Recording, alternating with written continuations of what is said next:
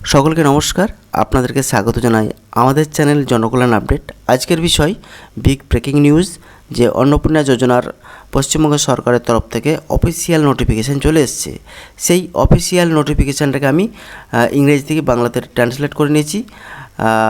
দেখব আমরা যে এই নোটিফিকেশানে কী কী আছে। যারা লক্ষ্মী ভাণ্ডার পেতেন তাদের তো সরাসরি কনভার্ট হবে। যারা নতুনভাবে আবেদন করবেন তারা কীভাবে আবেদন করবেন, কবে থেকে টাকা পাবেন, কী কী ডকুমেন্ট লাগবে, কী কী শর্ত আছে, খুব সুন্দরভাবে আমরা জেনে নেব। তো ভিডিওটি আপনারা শেষ পর্যন্ত দেখতে থাকুন। তবে একটি কথা, আপনারা যারা আমার চ্যানেলে নতুন তারা আমার চ্যানেলটিকে আপনারা অবশ্যই সাবস্ক্রাইব করুন।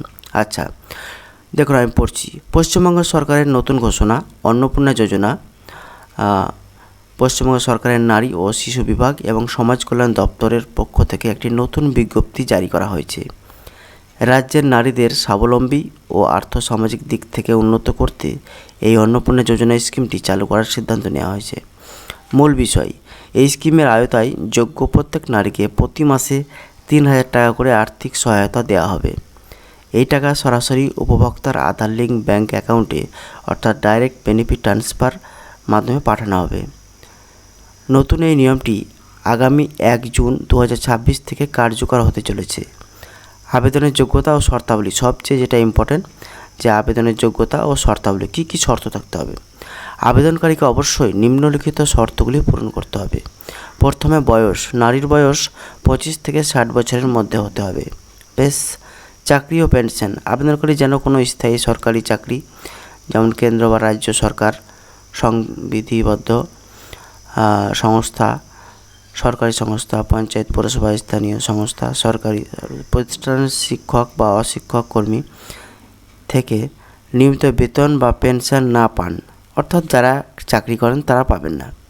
বেশ, আয়কর, আবেদনকারীকে আয়করদাতা, ইনকাম ট্যাক্স পেয়ার হওয়া চলবে না, অর্থাৎ যারা ট্যাক্স পে করেন তারা কিন্তু পাবেন না। বেশ, তারপরে দেখুন কী আছে। লক্ষ্মী ভাণ্ডার স্কিম থেকে মাইগ্রেশন বা স্থানান্তর করা হবে আর কি। বর্তমান লক্ষ্মী ভাণ্ডার প্রকল্পের সমস্ত উপভোক্তাদের সরাসরি এই নতুন অন্নপূর্ণা যোজনায় স্থানান্তরিত করা হবে। আচ্ছা, তারপর পয়েন্ট কী বলছে দেখুন। তবে ভোটার তালিকা সংশোধন বা যাচাইকরণের সময়, যে ভোটার স্লিপ বিতরণের সময় যাদের নাম মৃত, স্থানান্তরিত বা অনুপস্থিত হিসাবে চিহ্নিত হয়েছে তাদের নাম বাদ দেওয়া হবে। আপনারা বুঝতে পারলেন যে যাদের নাম ভোটার লিস্ট থেকে বাদ দিয়ে গেছে, যা মৃত। তারপরে দেখুন, তবে ভোটার সংশোধন বা যাচাইকরণের সময়, ভোটার স্লিপ বিতরণের সময় যাদের নাম মৃত, স্থানান্তরিত বা অনুপস্থিত হিসাবে চিহ্নিত হয়েছে তাদের নাম বাদ দেওয়া হবে, অর্থাৎ যারা মৃত, স্থানান্তরিত, অনুপস্থিত ছিলেন সেই সময় তা বাদ দেওয়া হবে। তারপর দেখুন, অনলাইন পোর্টাল, নতুন আবেদনকারীদের জন্য আগামী ১ জুন ২০২৬ থেকে একটি নির্দিষ্ট অনলাইন পোর্টাল, অন্নপূর্ণা যোজনা পোর্টাল চালু করা হবে। আচ্ছা, তারপর দেখুন, যাচাইকরণ ও অনুমোদন, মানে যাচাই কারা করবে। দেখুন, গ্রামীণ এলাকায় ব্লক উন্নয়ন আধিকারিক বিডিও এবং শহর এলাকায় মহকুমা শাসক এসডিও আবেদনগুলি যাচাই করবেন। যাচাইয়ের পর যোগ্য নামের তালিকা অনুমোদনের জন্য জেলা শাসকের কাছে পাঠানো হবে। কলকাতা কর্পোরেশন এলাকার ক্ষেত্রে এই দায়িত্ব থাকবে সংশ্লিষ্ট আধিকারিক কেএমসি কমিশনারের ওপর। দেখুন, বিজ্ঞপ্তি সূত্রে এটা, আর তারিখটা দেখুন ১৭ তারিখ 19/5/26। তো এই আপনারা দেখলেন যে অফিসিয়াল নোটিফিকেশান। মেনলি বয়স হতে হবে 25 থেকে 60 বছরের মধ্যে।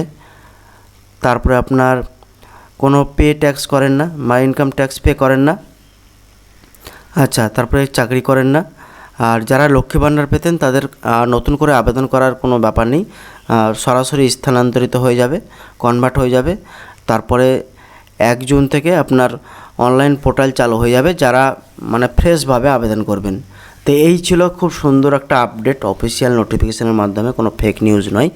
তো আজকে এই পর্যন্ত, দেখা হবে পরের একটা ভিডিওতে। তবে আপনারা চ্যানেলটিকে সাবস্ক্রাইব করে রাখুন, তাহলে সমস্ত ভালো ভালো আপডেট আপনারা পেয়ে যাবেন, কখন কী ঘটছে না ঘটছে। ধন্যবাদ, ভালো থাকবেন, সুস্থ থাকবেন।